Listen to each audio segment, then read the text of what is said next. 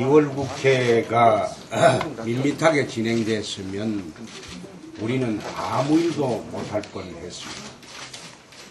2월 국회를 돌아보면 용산 참사가 있었고, 그 다음에 긴급 현안 질의, 그 다음에 그 인사청문회, 대정부 질의 이렇게 쭉 진행이 되면서 실질적으로 법안 심사하는 기간은 일주일도 안 됐습니다. 마침 문방위에 파행이 일어나는 바람에 여야 대타협을 이룰 수 있는 계기가 되었고, 그것을 계기로 상반기에 문제되고 있는 모든 법안에 대한 여야 합의가 이루어졌습니다. 어제 문방위에서 미디어 발전 국민위원회를 발족을 했습니다. 여야 동수 추천으로 자문기구를 만들었습니다. 그 기구에 대한 성격의 여야의 논란이 있는데, 여야가 그거는 명백히 합의해서 자문기구로 확정을 했습니다. 통상 국회에는 보면, 또 국회뿐만 아니라 우리 사회 전반에 보면 자문기구가 있고 심의기구가 있고 의결기구가 있습니다. 의결기구라는 것은 의사결정권을 가진 기구고, 심의기구라는 것은 심의를 해서 의사결정에 영향을 미치는 그런 기구고, 자문기구는 단순한 참고하는 그런 기구입니다. 우리 국회에도 보면 국회의장 직속으로 자문기구가 많습니다. 헌법개정심의위원회도 자문기구고, 국회개혁 심의위원회도 자문기구고, 그 자문기구는 자문기구의 활동을 전부 한 것을 운영위원장인, 국회 운영위원장인 저한테 전부 보내줍니다.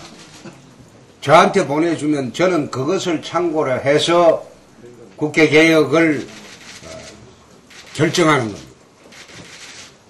헌법개정도 국회의장 자문기구에서 전부 의견을 모아주면 그것을 전 의원님들에게 배포를 해서 만약 헌법 개정이 있을 때 그것을 참고로 하는 겁니다.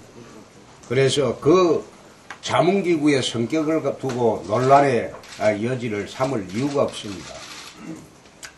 미디어 발전 국민위원회가 문방위에 공개하여서 활동을 하고 난 뒤에 그 다음에 문방위에서 미디어법 개정 사항에 대해서 충분히 그것을 참고로 해서 개정 방향을 정할 것으로 압니다. 둘째, 어제 민주당에서 국회의장님을 윤리위에 제소를 했습니다. 국회의장을 윤리위에 제소를 하는 것은 55년 만에 처음이라고 합니다. 이기봉 국회의장이 있을 때 자유당 시절에 4.4 오입 개헌을 하고 윤리위원회 제소를 한 게 그 이후로 처음이라고 합니다. 아무리 그 국회 여야의 참 쟁투가 심했고 국회의장님께서 조정하느라고 고생을 하면서 자기의 마음에 안 드는 조정을 했다고 해서 그것을 두고 윤리위원회에 제소하는 것은 기본적으로 정치 도의에 어긋나는 겁니다. 국회의장께서 여당 지도부와 만났다. 그걸 윤리위에 큰 제소하는 요건으로 삼는데, 국회의장께서 국회 파행 운영과 관련해서 야당 지도부와 만난 일이 없습니까? 정세균 대표는 국회의장과 식사하면서 국회 운영을 논의한 일이 없습니까? 원혜영 대표는 국회의장과 식사하면서 국회를 논의한 일이 없습니까? 국회의장은 국회 파행이 있거나 국회 운영을 원활하게 하기 위해서 여야 지도부와 언제나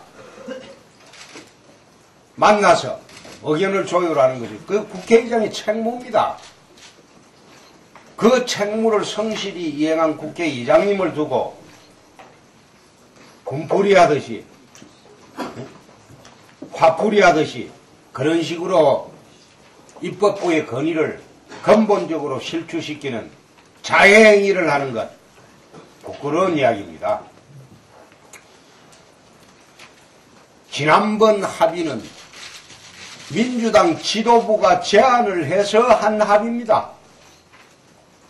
저희들이 제안해서 한 합의가 아니고 민주당 지도부가 미디어법은 이렇게 하자, 그렇게 해서 내가 수용한 겁니다. 경제법은 이렇게 하자, 그렇게 해서 정책위 의장이 수용한 안입니다. 그렇게 수용해놓고 여야 합의를 해놓고 본회의장에서 합의 정신에 정반대되는 법안을 제출하고 시간 끌기용으로 토론을 하고, 그리고 거기서 무슨 유세장도 아닌데 온갖 항의를 하고, 그 자체가 윤리위원회 제소가 될 그런 상황입니다. 국회윤리위원회 제소 사항에 우리 국회의장님에 대해서는 한번 검토를 해보십시오. 아무런 제소 사유가 없습니다.